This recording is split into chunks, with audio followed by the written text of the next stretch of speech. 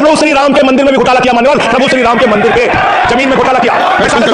मैं कागज दूंगा। ये लोग राम मंदिर में घोटाला करने वाले लोग हैं। राम मंदिर की जमीन का चंदा खाने वाले लोग हैं। ये लोग 2 करोड़ की जमीन 5 मिनट में 18 करोड़ रुपए सारे लोगों ने घोटाला किया। 18.5 करोड़ ये राम मंदिर में घोटाला करने वाले लोग हैं सर मान्यवर। अरे प्रभु श्री राम के नाम का पैसा खाते हो तुम लोग। अरे जाओ राम मंदिर का पैसा खाते हो। अरे राम मंदिर में घोटाला करते बैठो। अरे राम मंदिर के चंदा खाते हो। अरे चंदा चोरो बैठो, चंदा चोरो बैठो, चंदा चोरो बैठो, बैठ जाओ चंदा चोरो, चंदा चोरो बैठ जाओ, चंदा चोरो तुम लोग चंदा चोरो, चंदा चोरो तुम लोग, चंदा चोरो। तेरा है न तेरा है, ये हिंदुस्तान सबका है। नहीं समझी गई ये बात तो नुकसान सबका है। हम लोग बचपन से एक शब्द सुनते आए, सरकार माई बाप। सरकार माई बाप यानी कि जो सरकार होती है वो लोगों की माई बाप होती है, मां की तरह ख्याल रखती है, पिता की तरह ख्याल रखती है। लेकिन अगर कोई सरकार अपने बच्चों को उसका गला घोटने पे उतारू हो जाए तो फिर सरकार निष्पक्ष सरकार नहीं है मान्यवर। वो सौतेली मां है, वो सौतेली मां है, उसका व्यवहार सौतेला है। और आज आप जो काम कर रहे हैं इस बिल के माध्यम से, आप बाबा साहब डॉक्टर भीमराव अंबेडकर जी के द्वारा लिखे गए संविधान की हत्या कर रहे हैं। और ये बात मैं इसलिए कह रहा हूं कि बाबा साहब डॉक्टर भीमराव अंबेडकर जी ने संविधान की धारा 26 में लिखा, धार्मिक मामलों के प्रबंधन की स्वतंत्रता, धार्मिक एवं धर्मार्थ उद्देश्यों के लिए संस्थाओं की स्थापना एवं रखरखाव करना, धर्म के मामलों में अपने स्वयं के मामलों का प्रबंधन करना, चल एवं अचल संपत्ति का स्वामित्व एवं अधिग्रहण करना तथा ऐसी संपत्ति का कानून के अनुसार प्रशासन करना। यह अधिकार आपने नहीं दिया, यह अधिकार किसी भारतीय जनता पार्टी के लोगों ने नहीं दिया, यह अधिकार बाबा साहब डॉक्टर भीमराव अंबेडकर जी के द्वारा लिखे गए भारत के संविधान ने दिया मानकर। और आप उस संवैधानिक अधिकार को छीन रहे हैं एक गैर संवैधानिक बिल लाके। क्या क्या लिखा इस कानून के अंदर आपने, किस तरीके से आपने इस संविधान की हत्या करने का काम किया। आप बड़ी बड़ी बातें कर रहे हैं। यह सरकार कह रही है कि यह कानून हम मुसलमानों के भले के लिए आ रहे हैं। जब मैं आपसे सुनता हूं तो मुझे लगता है कपिल शर्मा कॉमेडी सर्कस में बोल रहा है। आप मुसलमानों का भला कर रहे हैं, आप मुसलमानों का भला कर रहे हैं। पूरी सरकार में एक मंत्री आपका मुसलमान नहीं है, आप मुसलमानों का भला कर रहे हैं। 2 नेता अपने घरों में आपने बैठा दिया, मुख्तार अब्बास नकवी, शाहनवाज हुसैन, दोनों की राजनीति आपने खत्म कर दी। आप मुसलमानों का भला कर रहे हैं, आप मुसलमानों का भला कर रहे हैं, आप मुसलमानों का भला कर रहे हैं। अरे सुनना सीखो, ये बिल कब्जा करने की नापाक कोशिश है और धार्मिक संपत्तियों को कब्जा करने के लिए। सदन में इतनी शांति है कि आराम से आप बोलोगे। आराम से बोल रहा हूं। आप बैठे तो आपको देख के वैसे ही आराम आ जाता है, आपको देख के मैं वैसे ही आराम में रहता हूं सर। आप जब आपका संरक्षण है तो आराम से ही बोल रहा हूं।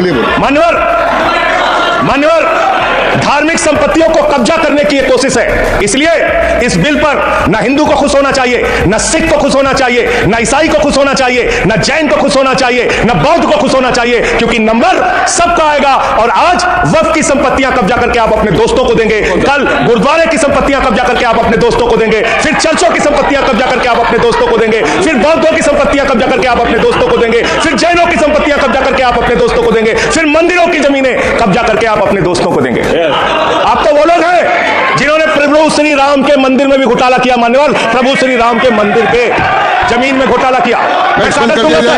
मैं कागज दूंगा। ये लोग राम मंदिर में घोटाला करने वाले लोग हैं, राम मंदिर की जमीन का चंदा खाने वाले लोग हैं सर। ये लोग 2 करोड़ की जमीन 5 मिनट में 18 करोड़ रुपए बेची सर इन लोगों ने। 16.5 करोड़ का घोटाला किया, 18.5 करोड़ रुपए।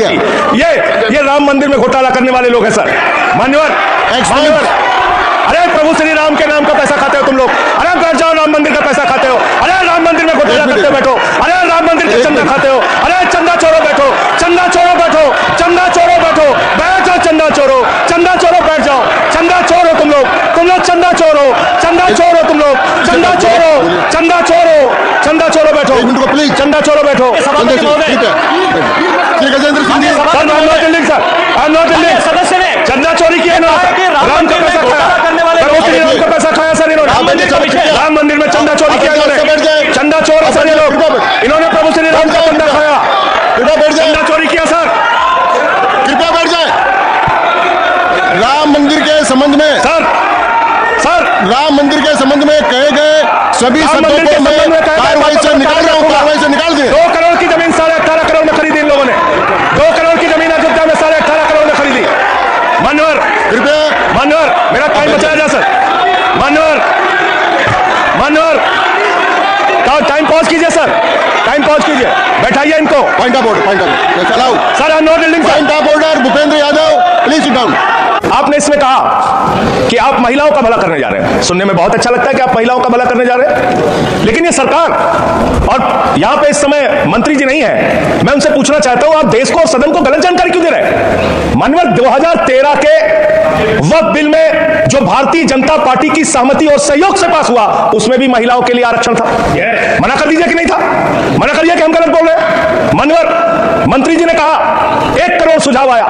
मैं आपसे पूछना चाहता हूं, कितने करोड़ ईमेल आए, कितने करोड़ पत्र आए, कितने करोड़ सुझाव आए? पूरे देश को जानकारी दीजिए, और मैं आपको दावे के साथ कह सकता हूं, जब पूरा सच सामने आएगा तो देश को पता चलेगा कितने लोग इस बिल के विरोध में थे, कितने लोग इस बिल के समर्थन में थे। मैं जेपीसी का सदस्य था मनवर, मैं कह रहा हूं आपसे लाइए।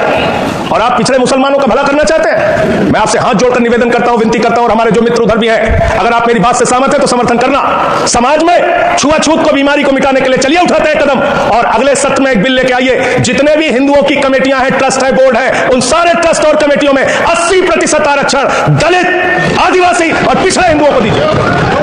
मैं समर्थन करूंगा आपका, माना कर दूंगा आपको।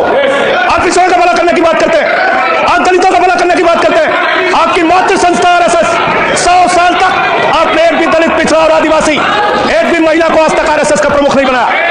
आप दलितों और पिछड़ों और आदिवासियों आरएसएस के बारे में करने की बात करते हैं। मनोज, इस बिल में क्या लिखा है? आप जो भी बातें इस विधेयक के अलावा बोलेंगे, उन सबको मैं एक्सप्रेस करूंगा।